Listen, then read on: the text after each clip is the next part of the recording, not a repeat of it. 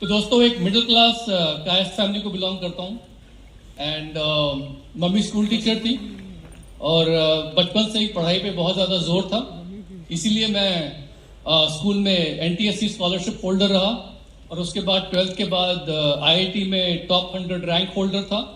उसके बाद मैं आईआईटी दिल्ली गया, वहाँ से मैंने बीटेक किया कंप्यूटर साइंस में और वहाँ से करने के बाद बीटेक करने के बाद मैं यूएस गया स्कॉलरशिप पे एमएस इन कंप्यूटर साइंस करने के लिए। और वहाँ पर कहते हैं ना डेस्टिनी इंटरवीन, मेरा लाइफ का एक टर्निंग पॉइंट आया बिकॉज मेरी मुलाकात एक बहुत ही एक्स्ट्रॉर्डनरी लेडी मेरी होने वाली पत्नी तानिया से हुई। और तानिया वहाँ पर यूक्रेन से आई हुई थी स्कॉलरशिप पे, एक बहुत ही बड़े इंजीनियरिंग कॉलेज से उन्होंने मास्टर्स किया हुआ था इलेक्ट्रिकल इंजीनियरिंग में और वो आई थी यूएस पीएचडी के लिए। बट समहाउ मेरा गुड लक था कि उन्होंने कंप्यूटर साइंस डिपार्टमेंट में ट्रांसफर ले लिया और वहाँ से फिर हम दोनों ने अपनी मास्टर्स इन कंप्यूटर साइंस पे डिग्री खत्म करी। फिर साथ साथ हम दोनों ने जॉब करी ह्यूलेट पैकर्ड में पहले और उसके बाद हम लोग अपने अपने कैरियर्स में बिजी हो गए। We were both part of the tech startup boom और यूएस में उस वक्त टेक स्टार्टअप का बहुत चलन था। तो हम लोग दो अलग स्टार्टअप्स में गए और हम लोगों ने खूब मेहनत करी, खूब काम किया। We prove ourselves. हम लोगों को बहुत अच्छी सैलरी पैकेजेस मिलते गए, हमने अपने आप को झोंक दिया यूएस कॉर्पोरेट कल्चर में। और यूएस कॉर्पोरेट कल्चर उस समय बड़ा डिसफंक्शनल टाइप का था। वो वर्क लाइफ बैलेंस वाली कोई चीज़ नहीं थी। अगर आपकी कंपनी राइज करिए तो बॉस आपको झोंकना पड़ेगा अपने आप को। It was the pressure cooker of sorts, So it was not as diverse and as nice like you see today in these worlds. There was a lot of other things मतलब जो उस वक्त मौजूद थी जिसमें हम लोग बिल्कुल घुस गए थे, रम गए थे उसमें। तो होने क्या लगा कि career success did not equate to happiness for us. Career में सक्सेस मिलने के साथ साथ हम लोगों को ये नहीं लग रहा था कि हम लाइफ में खुश हैं। Somehow हम कॉर्पोरेट डायनेमिक्स पॉलिटिक्स को झेल नहीं पा रहे थे। Maybe we felt something is wrong with us, लेकिन तानिया को भी वही महसूस होता था। तो हम लोगों की सैलरी बढ़ती गई। हम लोग इतना टैक्स पे करते थे कि एक पॉइंट पे हमको बताया गया कि आप यूएसए के इतने टॉप परसेंटेज टैक्स ब्रैकेट में आते हो। एंड ऊपर से सबको लगता था कि ये कपल बहुत अच्छा कर रहा है, बट अंदर ही अंदर हम लोग कहीं ना कहीं पर पिस रहे थे। Quite desperation. So anyway, low and behold उस वक्त एम्वे बिजनेस हमारी लाइफ में एक कहते हैं ना ब्रेथ ऑफ फ्रेश एयर की तरह आया। We found everything about this business extremely appealing. और उस वक्त इस बिजनेस को रिसर्च करते हुए पता नहीं कहीं मेरे हाथ में एक स्पीच लगी थी, हमारे स्वर्गीय को फाउंडर रिच डिवॉस जी की एक स्पीच थी। It was called selling America. अब पता नहीं आप में से कितने लोगों ने वो स्पीच सुनी हुई है, लेकिन हम उस वक्त we were hardly 26 years old and very impressionable. और हमारे यहाँ जब वो स्पीच लगी तो वो स्पीच में वो यूएसए के यूथ के बारे में बात कर रहे थे, but that speech might as well be appealing to India also because उनका मेन मैसेज रहता है कि जो यूथ है उसको एंटरप्रेन्योरशिप हाथ में लेके अपनी अपॉर्चुनिटीज खुद क्रिएट करनी चाहिए instead of relying on government for job and all the opportunities. और वही चीज आज इंडिया में लागू होती है। आज इंडिया जो है यंग नेशन है मेरे हिसाब से, और यहाँ पर आज की तारीख में इंडियन यूथ जो है वो भी एंटरप्रेन्योरशिप अपॉर्चुनिटीज ढूंढ रहा है। और वहां पर इस वक्त हमारे जो प्रधानमंत्री वो भी यही कह रहे हैं कि भैया अपनी अपॉर्चुनिटीज खुद बनाओ, हम इतनी जॉब नहीं दे सकते। तो उस वक्त मैं 26 साल का था और हम लोग 26-27 के आसपास we just got up in this whole euphoria and excitement about wow, मतलब क्या। तो मैं उनसे बहुत ज्यादा प्रभावित हुआ और हम लोग समहाउ इस बिजनेस में कूद पड़े। और जब कूदे थे तो उस वक्त एक बहुत लंबी कहानी आप में से कुछ लोग जानते हैं, but my wife she had some health issues because she had suffered from thyroid cancer during Chernobyl. तो उसके बाद हम लोगों ने जब बिजनेस शुरू किया तो उनको न्यूट्रोलाइट का हमारा एक प्रोडक्ट होता है XX, वो बहुत सूट किया। तो मुझे याद है कि हम लोग अर्ली डेज में, शुरुआत के दिनों में जब बिजनेस में हम नए थे, तो हम लोग बगल में कैलिफोर्निया था, मेरा जॉब में कुछ प्रोजेक्ट था, मैं वहाँ गया, हम दोनों वहाँ गए। हम लोग लेक व्यू कैलिफोर्निया में उस वक्त यूटिलाइट के फार्म्स देख के आए थे। तो उस वक्त क्या होता था कि you can book yourself for the tours, you don't have to take prior appointment. तो वो जो पूरा सेटअप देखा हम लोगों ने वहाँ पर, ओ माय गॉश, उस वक्त हम लोग तो बिल्कुल वी वर लाइक फ्लैट हो गए हम लोग। तो हमको लगा कि ये बिजनेस जो है हमारे लिए फिट बैठता है। हालांकि हम बहुत नहीं, बहुत ज़्यादा बिजी थे उस वक्त, मरने की फुर्सत नहीं थी। सो उस टाइम पे हम लोगों ने बिजनेस शुरू किया and we started building this business. और बिजनेस बिल्ड करते करते करते इतना मज़ा आया, हम लोग इतने पागल हो गए कि एक पॉइंट के बाद जाके जब मेरी कंपनी जहाँ पर मैं काम करता था उसका पब्लिक ऑफरिंग हुआ, उसके बाद हम लोगों को लगा कि we want to change tracks in life. तो मैं आपको ये सब क्यों बता रहा हूँ कि पैसा कभी कभी आपके पास होगा, लेकिन उसके अलावा लाइफ में बहुत कुछ और भी है। सिर्फ पैसे से आदमी खुश नहीं रहता। तो आप में से जितने भी लोग यहाँ बैठे हैं बिजनेस को वैल्यूएट कर रहे हैं, तो अंडरस्टैंड कि अगर हम लोगों ने बिजनेस को देखा तो उसका मतलब है आप लोगों को भी बिजनेस देखना चाहिए। अब बारी आती है कि हम लोग इंडिया क्यों आए। इंडिया इसलिए आए दोस्तों बिकॉज इंडिया मार्केट जो था उस वक्त खुल रहा था and somehow for me my parents were ageing और हम लोग इंडिया से बहुत डिस्कनेक्टेड महसूस कर रहे थे और हम एमवे के पीछे पागल थे। तो हम लोगों को लगा कि we should come to India and actually go ahead and build our business in India, because मुझे ऐसा मानना था कि इंडिया बहुत बड़ा मार्केट होगा। But Tania was a foreigner, so when we came to India सब लोगों को लगा कि हम लोग पागल हैं, हम लोग इंडिया क्यों आ रहे हैं। बिकॉज 1998 के इंडिया में और आज के इंडिया में ज़मीन आसमान का अंतर है। तो उस वक्त हम लोग जब आए बिजनेस बिल्ड करने के लिए तो बहुत से लोगों ने बहुत कुछ नेगेटिव दिया। सबसे पहले घर के खुद के लोगों ने नेगेटिव दिया और वो सब हम लोगों ने झेला। हम लोगों ने बिजनेस बिल्ड किया बड़े मज़ेदार ढंग से और काफ़ी कुछ झेलते हुए। और आप में से लोग सोचेंगे कि मतलब ये सब क्यों बता रहे हैं। देखिए दोस्तों, कहीं ना कहीं अगर आप लाइफ में बहुत कुछ करना चाहते हैं and if your aspirations are very big ना, तो कहीं ना कहीं आपको पागल बनना पड़ेगा। Absolutely I am telling you, you have to be crazy mad about something. समझ रहे हैं मेरी बात मैं क्या कर रहा हूं? Okay good. तो ये बहुत इंपॉर्टेंट है कि आपके अंदर जुनून कितना है। तो उस वक्त हम लोग जो थे टोटली फोकस थे। हम लोगों का ध्यान सिर्फ इस पे था कि हमें बिजनेस इंडिया में बिल्ड करना है, बिकॉज मुझे लग रहा था कि India is full of opportunity seekers. India में एंटरप्रेन्योरशिप उस वक्त थी नहीं और मेरे को लग रहा था कि यहाँ पर बहुत बड़ा एक ट्रांसफॉर्मेशन फेज आएगा और वही हुआ। इस बिजनेस में हमें बहुत सारे रिवॉर्ड्स मिले।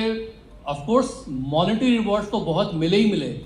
We were able to enjoy a good quality lifestyle. हम बहुत ही एक उच्च क्या कहते हैं ना वो गुड क्वालिटी लाइफस्टाइल, बहुत ही बेहतरीन क्वालिटी लाइफस्टाइल हम लोग एंजॉय करते हैं इस बिजनेस के थ्रू, इस बिजनेस की इनकम के थ्रू। लेकिन जो इंटेंजिबल्स हैं वो हमारे लिए बहुत मायने रखते हैं, जिसमें सबसे पहले हमारी हेल्थ। जैसे मैंने बताया तानिया के केस में हम लोगों की हेल्थ बहुत ज़्यादा इंप्रूव हुई।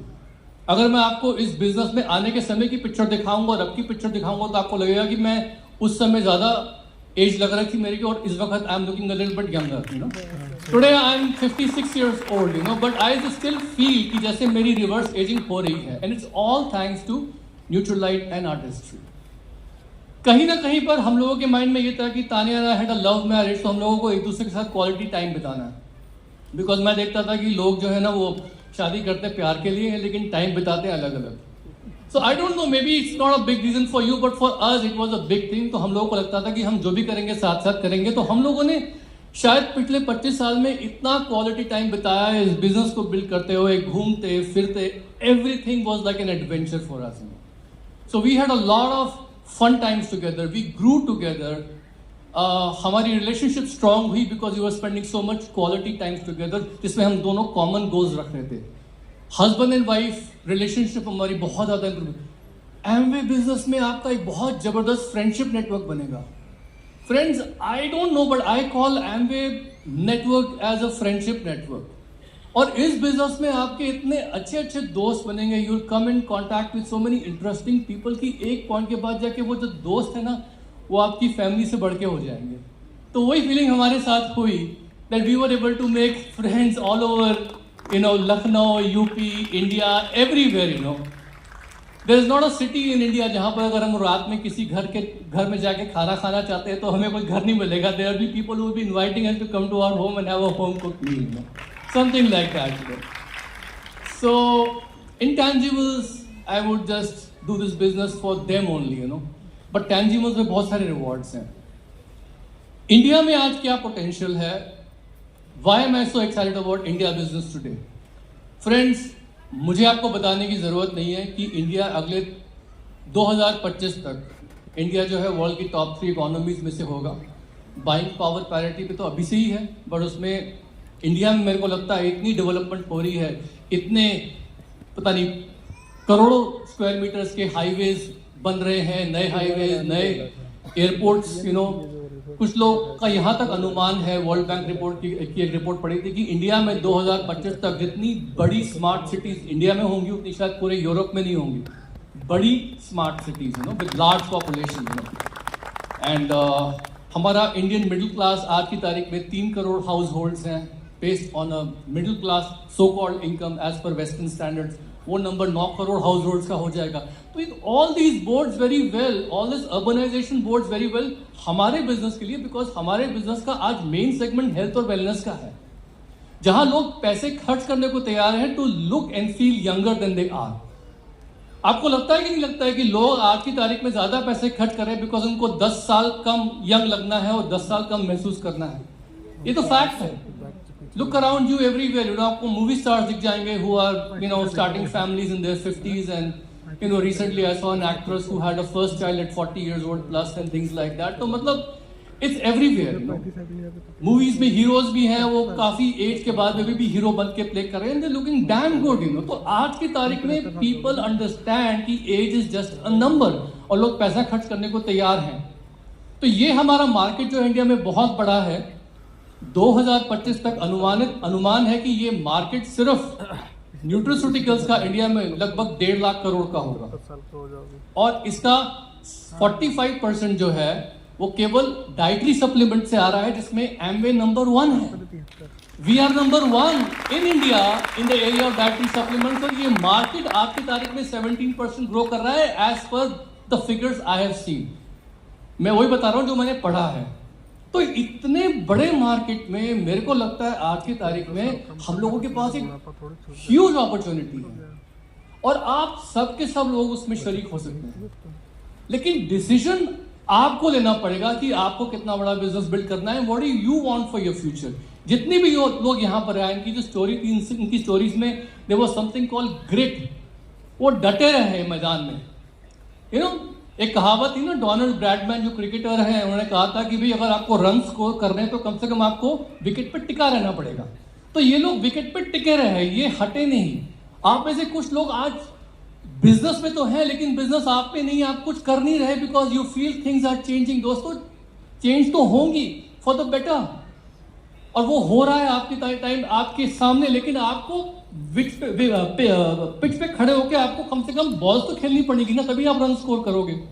तो यहां पर इस वक्त मुझे क्या लग रहा है कि इंडिया में जितने भी लोग यहां बैठे हैं सबको एक एंटरप्रेन्योर माइंडसेट कल्टीवेट करना पड़ेगा, जिसमें you have to proactively seek opportunities. Proactively आपको जाके अपने अपॉर्चुनिटीज, अपने मौके को तलाश करने पड़ेंगे और वो करने के लिए आपको अपनी कंफर्ट जोन से बाहर निकलना पड़ेगा।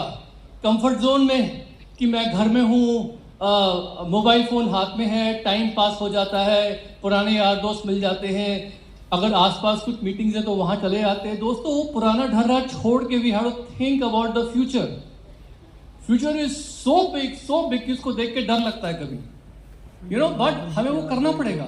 तो इस वक्त इंडिया में एक एंटरप्रेन्योर माइंडसेट की जरूरत है आप सब में। Number 1, you have to go out and proactively seek opportunity. Number 2, जब आप ये करेंगे, अपनी कंफर्ट जोन से बाहर निकलेंगे, आपको कहीं ना कहीं पर सेटबैक्स मिलेगा, कहीं ना कहीं पर नो सुनने पड़ेंगे, कहीं ना कहीं पर आपको चैलेंजेस आएंगे। तो थोड़ा मुक्का सहने की शक्ति आपके अंदर होनी चाहिए। कहीं मैंने पढ़ा था कि एक अच्छा एंटरप्रेन्योर एक मुक्केबाज की तरह होता है जो मुक्के झेलता है और बिना एंथुजियाज्म, बिना मोटिवेशन के फिर भी वो आगे बढ़ता रहता है, बढ़ती रहती है। अपने अपलाइंस के थ्रू मिलेंगी। आपके अपलाइन एलओएस में जो भी है वो आपको सिखाएंगे क्या करना है। एमवे के जो ट्रेनर्स हैं बहुत बेहतरीन हैं, they will teach you how to position your products and solutions, वो आपको सब सिखाएंगे। लेकिन मुक्का सहने की शक्ति आप में होनी चाहिए।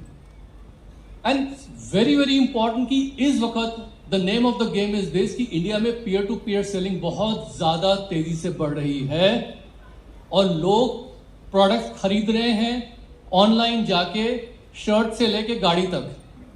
लेकिन जो भी प्रोडक्ट खरीदते हैं उसमें चेक करते हैं कितने लोग उसे रिकमेंड कर रहे हैं, यानी किसी न किसी के रिकमेंडेशन पे वो भरोसा करते हैं। प्रोडक्ट का फीचर तो उन्हें देखना ही देखना है, उसके साथ साथ वो और लोगों का भी देख सुनना चाहते हैं कि वो कितना उस प्रोडक्ट को रिकमेंड करते हैं। तो आज की तारीख में हमें लोगों का ट्रस्ट, लोगों का भरोसा जीतना बहुत जरूरी है कि जो हम उन्हें रिकमेंड कर रहे हैं उस पर हम उनका कितना ज्यादा ट्रस्ट जो है वो बना सकते हैं उस ब्रांड में। तो एमवे में ब्रांड लेवल कन्वर्ट करने के लिए आपको बाय एग्जांपल लीड करना पड़ेगा। आपका ट्रांसफॉर्मेशन बहुत जरूरी है। कल मैं कुछ प्लैटिनम से बात कर रहा था, मैंने उनको एक ही बात बोली कि यार आप अगर ट्रांसफॉर्म नहीं होगे तो फिर कैसे चलेगा। अगर आप सीढ़ियां चढ़ते हो और आप हाफ रहे हो तो सामने वाले को कैसे बोलोगे इस प्रोडक्ट में दम है। अगर आप 1 किलोमीटर चलकर थक जाते हो तो कैसे बोलोगे। तो कम से कम जैसे आप लोग अपनी बकेट लिस्ट बनाते हो अपने लाइफ की एस्पिरेशंस की, वैसे वैसे आप एक बकेट लिस्ट बनाइए अपनी हेल्थ और वेलनेस एस्पिरेशन की। हो सकता है फंक्शनली फिट रहने के लिए किसी लेडी को सिर्फ ये करना है कि मैं अपने ग्रैंड किड्स के साथ खेल सकूं, मुझे इतना ही फंक्शनली फिट होना है, that is enough for her. हो सकता है किसी व्यक्ति का मन है कि मुझे बैडमिंटन खेलना है, हो सकता है किसी व्यक्ति का मन है मुझे मैराथन दौड़ना है।